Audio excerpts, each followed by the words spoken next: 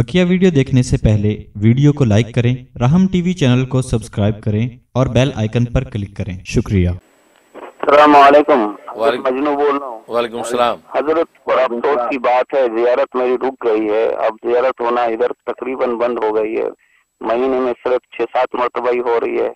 हजरत, इसके लिए आप हमारे लिए दुआ कर दीजिए और कुछ ऐसी चीज बताइए कि दोबारा हमारा, जैसे हम जियारत कर रहे थे, नबी करीम सल्लल्लाहु अलैहि वसल्लम से मुलाकात हो रही थी, वो दोबारा होने लगे। इसके लिए कुछ नसीहत फरमा दीजिए, मैं बहुत परेशान हूँ हजरत।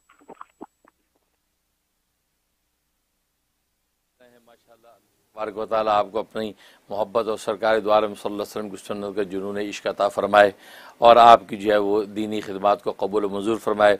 सरकार दो आलम सल्लल्लाहु अलैहि वसल्लम की ज़ियारत और दीदार का शरफ़ आपको नसीब होता रहता है। ये बहुत मुबारक कैफियत है।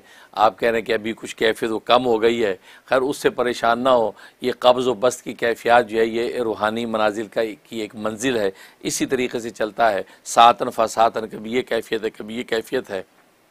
एक ही कैफियत पे रहना ये ज़रूरी नहीं है। ये भी अल्लाह तबारक व तआला की मशीयत और मर्ज़ी है। जब दीदार हो रहा है वो भी अल्लाह की मशीयत के तहत है, और जब दीदार रुका हुआ है ये भी अल्लाह तबारक व तआला की मशीयत के तहत है। क्योंकि ज़ाहिर है कि इस जुदाई फ़ुरक़त के अंदर जो तड़प आपके अंदर पैदा हो रही है, जो बेकरारी, हो सकता है वो उस करार के वक्त आप वो मनाजिल तय ना कर पाएँ रूहानियत के जो इस बेकरारी के अंदर तय हो रही हैं। इसलिए इसके अंदर तहम्मुल रखें, बेचैन और परेशान ना हो। वैसे आप उसके लिए ये शुरू कर लें कि हर नमाज के बाद दिल पे हाथ रख के 12 मरतबा दुरूद इब्राहीमी पढ़ा करें। दुरूद इब्राहीमी पढ़ के अपने सीने पे दम कर लिया करें।